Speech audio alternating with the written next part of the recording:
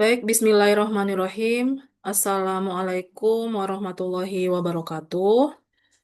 Selamat sore Ananda semua. Pada video kali ini, Ibu akan mengulas sedikit tentang analisis faktor dan sekilas ada Ibu buka nanti bagaimana melakukan analisis faktor pada software SPSS dan materi-materi ini akan Ibu berikan di grup nanti dan tentunya di akhir video akan ada tugas kelompok buat Anda semua. Oke, baik kita masuk ke dalam narasi dari analisis faktor ini sendiri. Analisis faktor, bagian dari pemodelan yang ditujukan untuk mengukur dimensi-dimensi yang membentuk sebuah faktor, disebut measurement model atau model pengukuran atau eh, yang biasanya kita temukan di sini eh, pada SEM ya, karena SEM itu juga termasuk analisis faktor.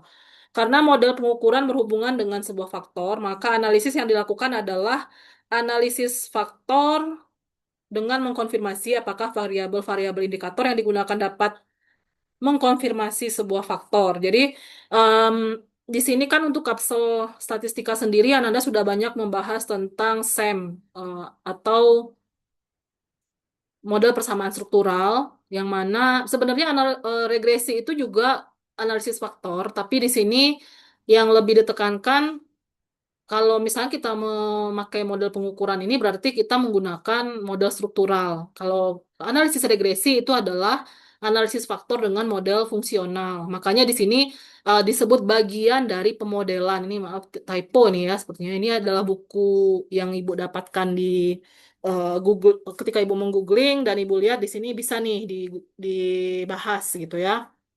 Oke. Untuk kita mengkonfirmasi sebuah faktor, maka itu dinamakan dengan confirmatory factor analysis atau CFA. Yang mana CFA ini sendiri mencerminkan sebuah model pengukuran di mana variabel yang terukur mendefinisikan konstruk atau variabel laten.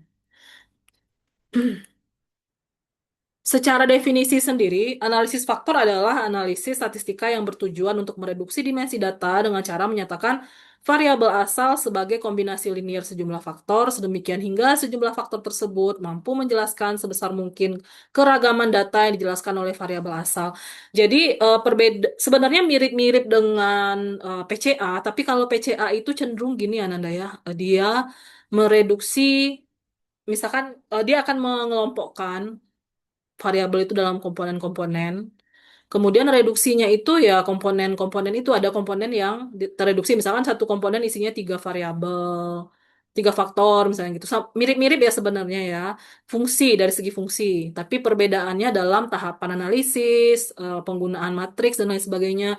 Kemudian di PCA itu sendiri misalkan nih terbentuklah tiga komponen ya. Nah, ternyata komponen ketiga itu bisa diabaikan, bisa direduksi. Yang mana komponen ketiga ini isinya misalkan tiga variabel dari 12 variabel. Misalkan komponen satu isinya itu adalah 5, kemudian komponen 2 itu 4, komponen 3 itu 3. Dari 12 variabel itu, maka yang direduksi misalkan komponen ketiga gitu ya. Tapi kalau analisis faktor, dia mereduksi per variabel. Misalkan, oh sepertinya korelasi antar variabel X5 dengan si variabel yang diprediksi itu kecil gitu ya, dapat diabaikan. Berarti reduksi aja lah, buang gitu dari model gitu ya. Ini adalah analisis faktor seperti itu. Untuk model analisis faktornya bisa dilihat X1 sampai XP sama dengan bla bla bla dan matriksnya seperti pada layar dan ukuran matriksnya juga disajikan. Yang mana X adalah variabel asal, F-nya adalah faktor bersama atau common faktor, kemudian CIJ adalah bobot atau loading dari faktor variabel asal ke I pada faktor ke J, sedangkan S1 sampai EP adalah error. Hubungan antara variabel asal dengan varians faktor dan varians error adalah var XI sama dengan varians yang dijelaskan oleh faktor untuk variabel asal ke I tambah variabel error, communality plus specific variance.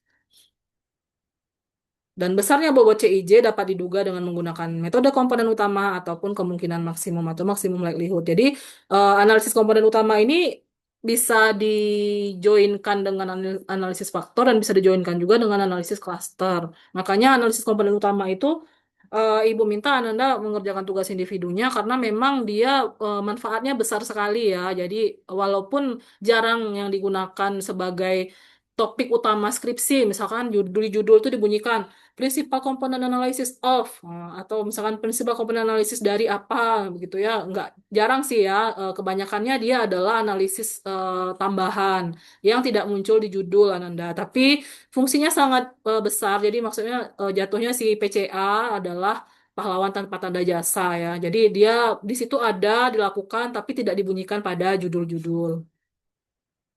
Besarnya bobot CIJ dapat diduga dengan menggunakan PCA dan juga maksimum likelihood. Dan metode komponen utama terbagi menjadi dua metode yaitu non-iteratif dan iteratif. Nilai dugaan CIJ yang diperoleh dengan metode non-iteratif, rumusnya CIJ sama dengan AJI akar lambda J per SXI atau CIJ sama dengan AJI akar dari lambda J untuk variabel asal yang dibakukan dan CIJ adalah bobot loading dari variabel asal ke I pada faktor ke J. AJI adalah koefisien variabel asal ke I untuk komponen utama ke J. Lambda J adalah eigenvalue untuk komponen utama ke J. SXI adalah simpangan baku standard of deviation variabel asal ke J. Dan algoritma untuk metode komponen utama iteratif, yang pertama mulai, kemudian tentukan nilai awal communality untuk seluruh variabel asal, ganti nilai diagonal matriks korelasi dengan nilai HI kuadrat, tentukan nilai eigenvalue dan eigenvektor dari matriks korelasi. Ini yang kalau tadi yang PCA video yang sebelumnya kan Ibu sebutkan pakai matriks covariance, yang ini pakai matriks korelasi. Tentukan nilai bobot loading CIJ sama dengan AJI akar lambda J, tentukan nilai komunalitas HI kuadrat. Kemudian jika nilai komunalitas pada dua iterasi terakhir dianggap sama, maka ke langkah 9 eh, yang jika jika tidak, maka ke langkah 3. Dan yang kesembilan itu selesai ya. Untuk kepentingan interpretasi, seringkali diperlukan untuk memberi nama masing-masing faktor sesuai dengan besar harga mutlak bobot CUJ. Maaf, ini kok jadi CUJ? CIJ ya, typo nih. Diharapkan setiap variabel asal hanya dominan di salah satu faktor saja. Nilai harga mutlak bobot variabel asal mendekati satu di salah satu faktor dan mendekati nol untuk faktor lainnya. Harapan ini kadang-kadang tidak dapat dipenuhi. Untuk mengatasi hal ini diperlukan rotasi dari matriks bobot C. Dan beberapa macam teknik rotasi yang tersedia di program paket statistika yaitu Varimax, Quartimax, Equamax, dan Parsimax. Di SPSS ada ya, Nanda ya. Matriks bobot hasil rotasi C dapat dinyatakan sebagai C sama dengan CT. T adalah matriks transformasi dan besarnya skor faktor dapat dinyatakan F sama dengan C aksen inverse S, X, J min X bar dengan J sama dengan 1 sampai N. Asumsi mendasar yang harus dipenuhi dalam analisis faktor adalah bahwa variabel-variabel yang dianalisis memiliki keterkaitan atau saling berhubungan. Hal ini dimaksudkan karena analisis faktor berusaha untuk mencari common dimension atau kesamaan dimensi yang mendasari variabel-variabel tersebut. Oke, kita masuk ke confirmatory factor analysis atau CFA, bagian dari pemodelan yang ditunjukkan untuk mengukur dimensi-dimensi yang membentuk sebuah faktor, seperti yang tadi disebutkan.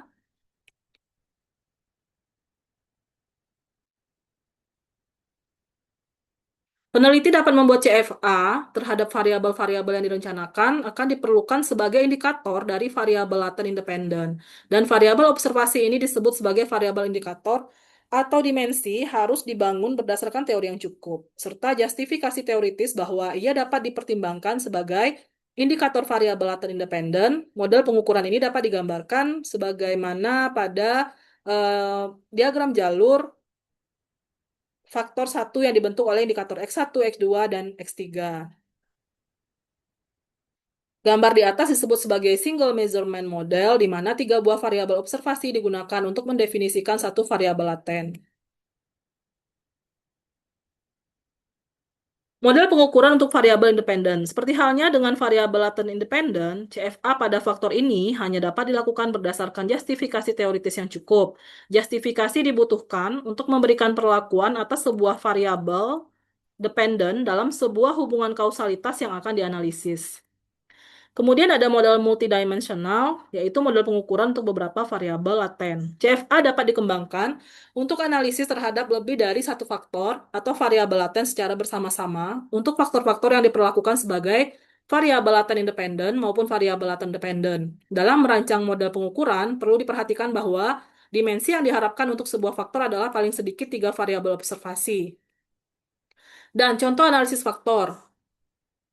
Di sini ada lagi tadi analisis faktor eksploratory. Jadi kalau yang tadi itu adalah CFA, yang ini adalah EFA ya, Exploratory Factor Analysis. Seorang manajer riset sebuah pusat perbelanjaan ingin mengetahui persepsi terhadap layanan yang selama ini dilakukan di Mall X. Ada 6 atribut yang ditanyakan kepada pelanggan yang datang dan diminta untuk menjawab tingkat kepuasan atau persepsi terhadap keenam atribut tersebut. Atribut tersebut adalah customer service, keluasan area parkir, kebersihan area belanja, kelengkapan petunjuk arah, kenyamanan area belanja, dan kelengkapan toko.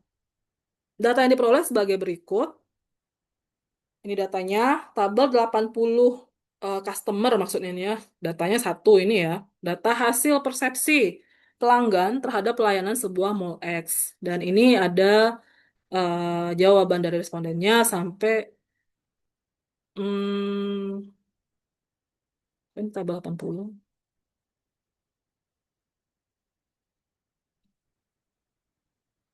Tabel 132 responden ya, customer. Oke, hasil analisis dan penjelasan dengan menggunakan IBM SPSS Statistik 25 metode EFA adalah sebagai berikut. Asumsi awal untuk menguji kelayakan perlu tidaknya analisis faktor adalah dengan menggunakan eh, uji Bartlett dan KMO. Analisis faktor bisa dilakukan juga jika nilai KMO lebih besar dari 0,5 dan uji Bartlett digunakan untuk menguji apakah matriks korelasinya.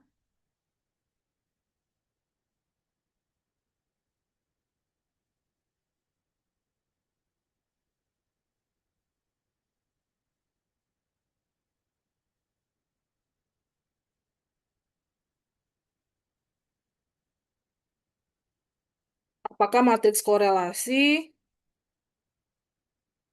hubungan antar variabel adalah matriks identitas? Hasil analisis data dengan menggunakan analisis faktor diperoleh nilai KMO 0,652 lebih dari 0,5 dan p-value Bartlett testnya kurang dari 0,05 dan ini menunjukkan bahwa analisis faktor layak untuk dilakukan. Selain itu dilakukan pemeriksaan terhadap nilai anti-image correlation yang ditunjukkan oleh nilai diagonal dari kiri atas ke kanan bawah yang bertanda huruf A pada setiap nilainya. Kriteria yang digunakan adalah jika MSA kurang dari 0,5 maka variabel tersebut sebaiknya dikeluarkan atau di-drop dari sistem analisis, kemudian dilakukan analisis ulang hingga semua nilai MSA-nya lebih dari 0,5. Berikut ditunjukkan hasil output SPSS nilai anti-image correlation. Berdasarkan nilai anti-image correlation pada tabel di atas terlihat bahwa semua variabel memiliki nilai MSA lebih dari 0,5 sehingga variabel layak untuk dianalisis lebih lanjut. Ini anti-image hasil output SPSS-nya. Selanjutnya, hasil analisis dengan SPSS menunjukkan nilai communalities atau komunalitas yang ditunjukkan pada tabel communalities menggambarkan besarnya varians yang mampu terangkan ya oleh faktor yang terbentuk terhadap setiap variabel. Misalnya nilai komunalitas untuk customer service adalah 0,653 artinya sekitar 65,3% faktor yang terbentuk mampu menjelaskan varians dari atribut customer service.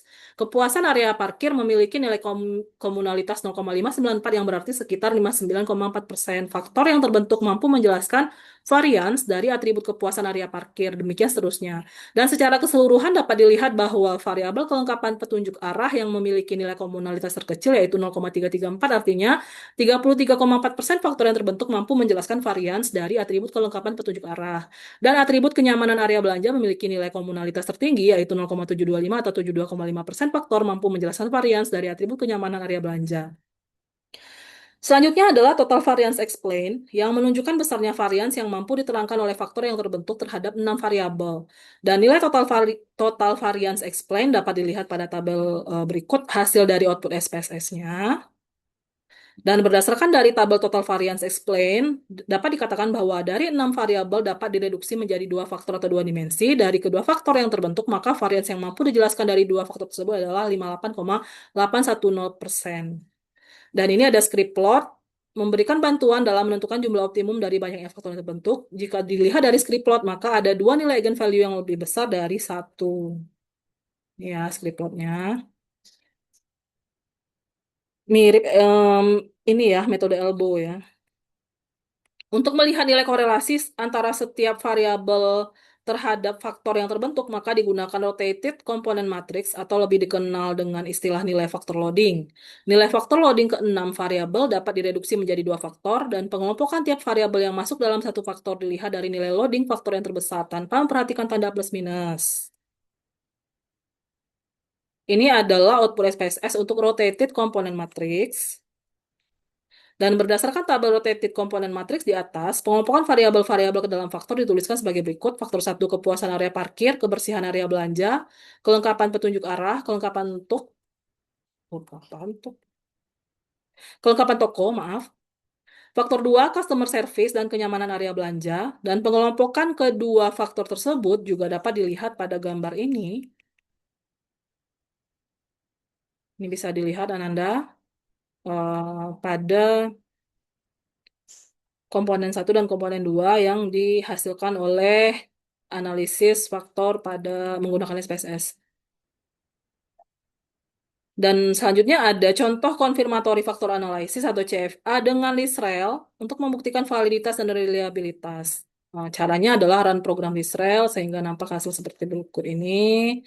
Kemudian klik file open dan seterusnya nanti tinggal Anda baca aja ya di buku ini yang akan Ibu share di grup.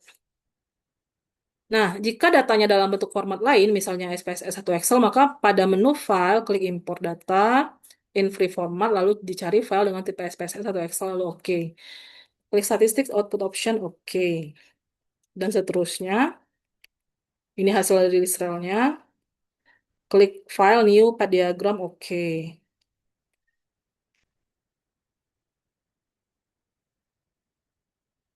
Klik Setup, dan seterusnya.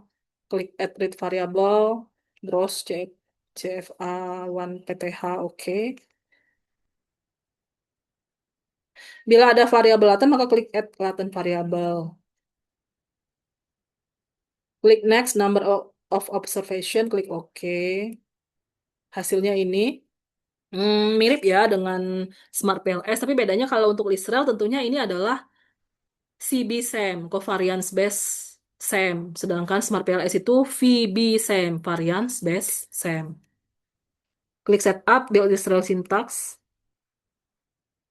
Diperoleh ini, klik Run, gambar orang berlari. Untuk melihat apakah valid dan reliable, klik T-value pada kotak estimates. Seperti ini. Hasil ini menunjukkan bahwa seluruh indikator variabel observasi valid dan reliable untuk menjadi indikator dari variabel laten. Satu, jika terdapat angka berwarna merah, hal ini menunjukkan tes tidak signifikan, yang berarti tidak valid dan reliable. Oke, mungkin itu materi terkait analisis faktor. Di sini ada lagi nih contoh ya, pakai SPSS Ananda untuk analisis faktor eksploratory. Ini bisa Ananda lihat di sini. Kalau tadi Lisra itu lebih sering digunakan untuk CFA. Ini untuk EFA. Nanti Ananda baca-baca aja ini dapat pas googling juga. Ada nih langkah-langkah untuk SPSS-nya. Jadi di sini variabelnya ada 9. Yang pertama itu ini dia peta karakteristik anak jalanan. Dengan mapping diharapkan dapat dikembangkan model dan program pembinaan yang efektif untuk anak jalanan. Variabel X1, alasan menjadi anak jalanan. X2, penggunaan uang hasil bekerja. X3, pendidikan anak. X4, pendidikan ayahnya. Kan ada juga anak jalanan itu yang em, tamat SD, ada yang nggak tamat SMP gitu ya. Kemudian X4 pendidikan ayah, X5 pendidikan ibu, X6 pengetahuan orang tua terhadap kegiatan anak, X7 dukungan orang tua terhadap kegiatan anak, X8 harapan anak terhadap keluarga, X9 harapan anak jalanan terhadap pemerintah. Jadi ada 9 variabel yang akan dilakukan analisis faktor eksploratory. Dan seterusnya bisa Anda lihat di sini, baca sendiri. Nanti Ibu share lagi. Nih. Tapi tugasnya nggak usah dikerjakan ya. Tugasnya beda nih. Ini cuma contoh. Tugasnya beda, ada tugas, oke? Tugasnya tugas kelompok, bukan tugas yang di slide yang PDF dari PPT ini ya. Ini cuma contoh Ananda ya. Ini kan ada tugas nih. Ini abaikan saja, skip yang ini yang di sini. Ini kerjakan soal berikut ini nggak usah. Kalau Ananda rajin kelebihan waktu nggak apa-apa sih dikerjakan ya. Tapi kalau yang dari Ibu bukan ini tugasnya. Ini buat Ananda baca bahan bacaan Ananda. Oke, ini tugas dari Ibu Ananda buat kelompoknya yang sudah Ibu bagi kemarin untuk Manova itu. Tetap kelompok itu aja. Jadi tugas kelompoknya adalah